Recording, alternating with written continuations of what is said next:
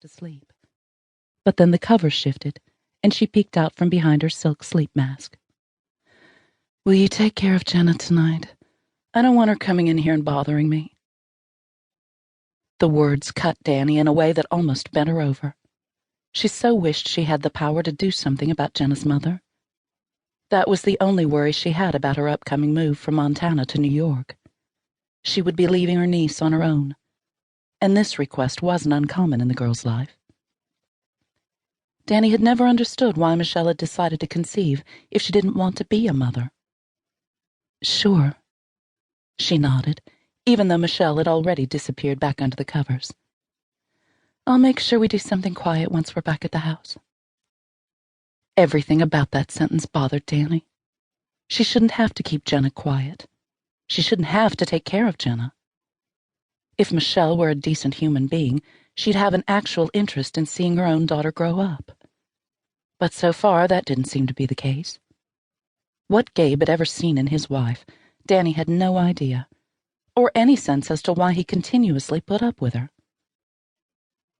Dani backed out of the room, pulling the door silently shut as she exited, then shoved her tactless thoughts out of her mind. She checked her email as she hurried back down the stairs, one hand holding the phone up in front of her as the other slid along the stair rail.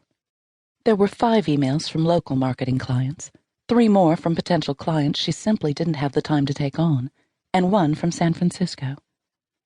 Similar to the marketing firm she'd be joining in New York City next month, she'd done freelance work with the San Francisco company for the last 3 years. She hated the thought of giving up any of her clients, especially considering the potential attached to the one in San Francisco. But the contract she'd be signing with her new employer would force her to do just that. Not to mention, she'd likely have 0 time left over for anything else. She had to prove herself when she got to New York. That was priority number 1. She stopped by the kitchen to scoop up the cupcakes and clothes, then headed out the back door. Peering across the field, she wondered if her brother was within cell service, and couldn't help letting her gaze hang on the Salish Mountains on the far side of Flathead Lake. She'd lived in Montana her entire life, except for the 8 weeks of freshman year at Columbia University. She'd made it to New York City briefly, and she would do it again. She'd miss this place, of course, a lot, but New York was her dream. She had to do it, if not for herself, then for her mother. Not seeing any sign of her brother, she settled the desserts into her car before sliding behind the wheel. She dialed his cell as she turned the vehicle around and headed down the long drive. "Yeah?" Gabe always answered as if he had no time to talk. "Michelle's in bed. I'm taking the cupcakes to the school." He didn't reply at first, then grunted out a single, "Thanks." "You know she eventually has to do these things herself, right? I am leaving, Gabe. In a month."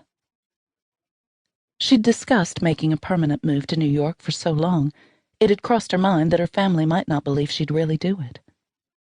She'd been a constant for them, here for the last 14 years. But things were different now. Jaden had just graduated college. Everyone else had their own lives. They didn't need her anymore. In fact, of her 5 brothers, all younger, Gabe was the only one still at home. And that was because he ran the farm. He'd been 1 year behind her in school, and where she'd come home from college to take over responsibility for the house, he'd gone off to college to ensure he had the most up-to-date knowledge to run the farm. It had been a given since childhood that he'd one day take over for their dad, and since graduating, he'd done an incredible job. Production on the farm had increased.